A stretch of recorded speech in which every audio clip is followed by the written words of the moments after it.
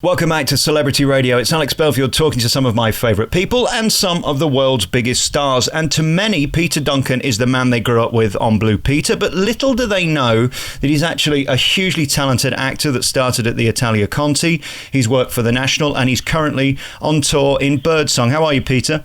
I'm very well, thank you. I'm in a nice little cafe having a coffee at lunch. Very nice. I know this is a bit strange because I've not seen the show. You're currently in rehearsals, and this must be the time where you sort of get a bit nervy. Is it going to work or isn't it? Yeah, I mean, it's very much like what you call an actor. Well, it's kind of an ensemble piece, so there's 12, 13 actors. So it's very much about what the group does in that sense. So, and it's a different group of people, and you know, that's the hard thing to make it work because you don't, apart from doing your scenes, you're creating an atmosphere around other people's scenes, moving furniture. You know, it's just interesting. It's a bit of sort of like a dance in some sense, to get the atmosphere right. I mean, you've picked a good play. Birdsong has been around a while, and it's a beautiful play. It's a moving play. Is it stressful to do because it's incredibly emotional? Well, it's only pretend. Yeah, I mean, there is a sense, there is a way of, I mean, different actors approach it in different ways. You know, you can get very immersed in it, but I think with something that's so kind of, inexplicable in the First World War, and it's hard to understand. So it's not really about the war in the sense it's about people. You know, how that kind of stress and those situations affect people in their lives and people around them. So it's more of a story. It's a love story, really, and in some sense. And then it's also about people who are put in situations of enormous stress and how they respond to that, and how incredible people are, and how easily people crack up. It's a fascinating show that's had incredible reviews. I mean, you're going into this on the back of a run last year. Is that easier, or is it tougher to live up to this year's reviews? What's interesting is that you could look at it like, you're repeating what you've done before, but there's been lots of rewrites, there's been lots of sort of changes to some of the transitions and things, and then some of the songs are different because we pick a few songs, the music sort of frames the story a bit, and we have a folk singer this year, which is making it a little different. And of course, different actors bring different things to it, so it doesn't feel like it's just repeating what one's done before, although you obviously want to hang on to the good bits. Well, it's not bad when you've got the Daily Mail saying it's heartbreakingly beautiful, powerful and poignant, and the Telegraph saying it's superb and thoroughly recommended 5 stars. It doesn't get better than that, does it? Is that what the Daily Mail says? Yeah, exactly. And of course you can believe everything they say. You must be right. Indeed. Listen, I want to talk about you and your career because it's fascinating. I mean, you started with the classical training and there you were at the Italia Conti. The next minute, you're best known for Blue Peter.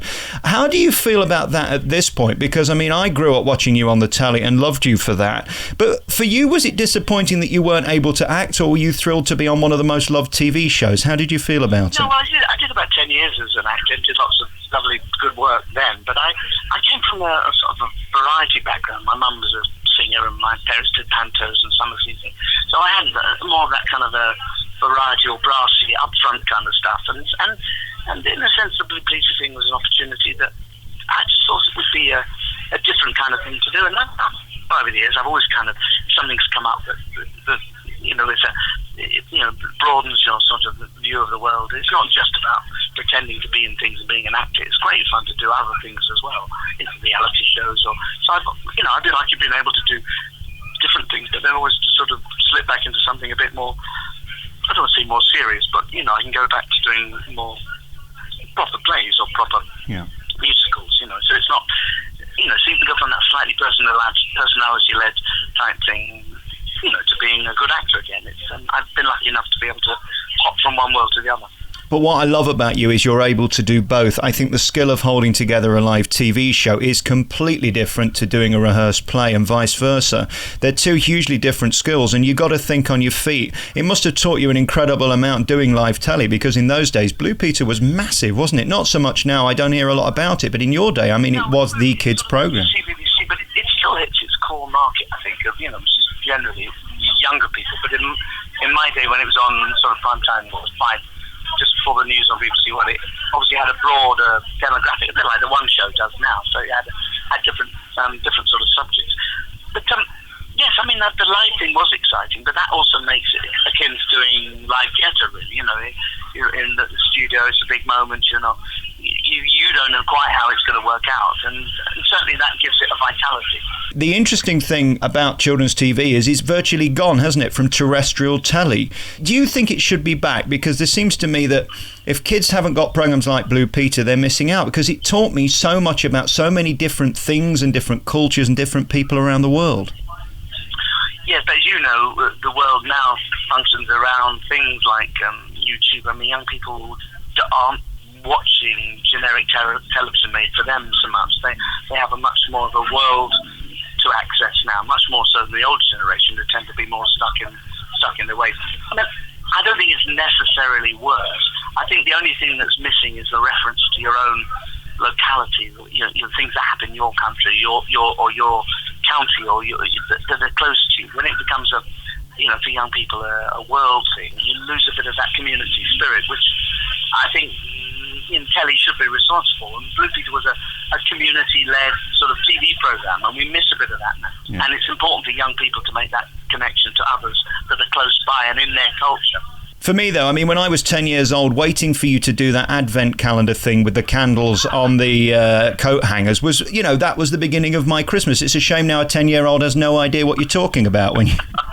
I know. Then crowns out this Christmas. Exactly. Good for you. Now, listen, what's interesting about your career on the stage is you've done different types of plays. You say you've done the sort of silly comedies, the farces, the nonsense. You've done amazing plays like Billy Liar. What is the most thrilling? Is the sort of serious hard roles great, or is it getting the laughs from the audience? Well, it's interesting. I think comedy, as they say, comedy and tragedy is quite close. There's an idea that people only want to go to the theatre to laugh or to be entertained with a musical. But I think certainly Birdsong proves that people are as interested coming to the theatre to be immersed into something, into a world that they can't imagine. And that might involve feeling sad or even, crying at what you see. When we are wishing to be entertained, to be taken out of our world, we are fascinated by something that's very kind of visceral and there for us. And what you get on theatre, which is less so than, you can get it in a film thing, but somehow being in a theatre, and you're fully immersed in it. It's a very powerful experience. Yeah. And sadly, I think a lot of young people miss out on that now, because it's not something that everyone does. I don't know about you, there's nothing more thrilling for me the first time you see something amazing. The first time I saw The Producers, or even Book of Mormon, or even The Lion King, anything like that, let alone whether you go to the National, it can be utterly thrilling. The first time you see a pantomime, it's another world, isn't it? Yeah. Well, absolutely. I love pantomime because that's what my parents did, and I do that. And again, that is an audience, very young people to very old people, and when that gels and when that's good, that's one of the best entertainers that's unique to our country. Yeah. And amazing that the big American actors want to be part of it. They're coming over and begging to be in these roles. It's extraordinary. I think they're coming for the money, actually. But yeah. And it is big money. I mean, I just saw the Birmingham Panto the other week. It's still running now. We're talking at the end of January. It runs till February. I mean, there's big business. 2,000 people coming twice a day for 7 weeks. It's a lot of money to be earned by not only the actors but the theatres. Yes, I think it certainly helps a lot of provincial theatres survive the rest of the year, and so other people can do other things, really. So I would never knock it at all, panto. I mean, it can be boring as well, but then sometimes the audience quite like it when it's not very good. So there's a mix to it, really. Yeah, you've got to be acting that you're not very good, though. If you're really not very good, it just becomes a load of crap, doesn't it, really? Well, I think if it's too crap, then people don't come back the next year. Then then you learn your lesson from that. And you try. It's a fine line. Always try and be good at it and do it well, and make sure people can sing and be funny. It's the two prime things you have to do in panto. How do you deal with the repetition of these tours and panto and these shows? Because, you have to do the same thing in the same order. There really isn't room for ad-lib. There maybe is more in pantomime than this, but certainly in Birdsong. Is that difficult, turning up 8 times a week? Well, it's a bit more nuanced than that. Every performance, in some ways, has a slightly different atmosphere. Certainly, different venues have different atmospheres. And you are, if you imagine you're telling a story to your child and you know the story, although you might extemporize and change the language slightly, even in a play that's emotional, it has its own kind of ebb and flow. So you don't really feel like you're repeating it. I've never gotten to a place where I thought, I can't do this again. time when you grip an audience, it's exciting to be the actor, the player, the person telling the story. There's a thrill in it. Tell me about Jack, your character then in Birdsong. Jack represents the heart and soul of the piece, and symbolically, his compassion for other people is what drives him to get through the mess that he's in. But what you see in his character is various events that happen to him that he loses that part of his psyche, and that's the saddest thing of all. In the sense that you think he's the one man that might perhaps get out of this situation and with emotionally intact. He doesn't at all, and it is for a lot of men during that horror of the First World War, that he represents that broken spirit. I guess it's a show of optimism and faith and belief, isn't it? If you lose the faith, you're finished. Well, I think it has to be. I don't know what else human beings can do, but when they confront something that is so unfathomable, and you're still alive, and you have to carry on. You have to come to terms with it. I mean, even in the age we're in now, we get news so quickly come to us. It's very hard to truly absorb what will happening in Syria and other places where now, and people are homeless and people are dying and children. You can't. It's only when it's perhaps closer to home and it begins to affect your own life that you have to do something about it, emotionally, and then maybe something physically about it. And it's interesting that we are very fearful of people, taking up a cause that they believe in, and somehow it's a human instinct that if you feel something is wrong, you want to do something about it. Which has been talking about recent months, actually. How the next generation, are so fed up with the corrupt elite that they've risen up and want to take charge. So it's a revolutionary spirit, really, and that's what you have to embrace the future with, I think. I just read Jeremy Paxman's book on the First World War, and you can't believe the horrors that they saw, but it's amazing how in 2015 we think we're so much more advanced and so much clever, yet around the world we're going through exactly the same things. It's extraordinary. Yeah. And the other extraordinary thing, I think that's in his book as well, that in 1914, at the beginning of the year, no one could have imagined that sort of horror that we would have gone into by the end of the year. Nobody could see it coming. An incredible play that has had remarkable reviews. It's touring the UK. It's called Birdsong. You can see the trailer actually on YouTube, and it's on our page beneath as well, so you can see all about it. It's coming to a theatre near you. I'll give you those tour dates shortly. Very finally, most recently we saw you on the telly on Tumble. Was that fun, or did that kill your spirit? No, it's a nice contrast. I started training during the tour last year, actually, and I was only a reserve to begin with, and then poor Mr. Motivator broke his leg, and then I was in, and so all the training kind of paid off. No, I just loved it. Such fun to have a trainer to get that fit, especially at my age, and to do all those kind of things. It was great. It was great. I mean, they're not doing it anymore. They've cancelled it. They'll do a second series, but I thought it was fine. When you're in something, you obviously think it's good. But I thought it was very different.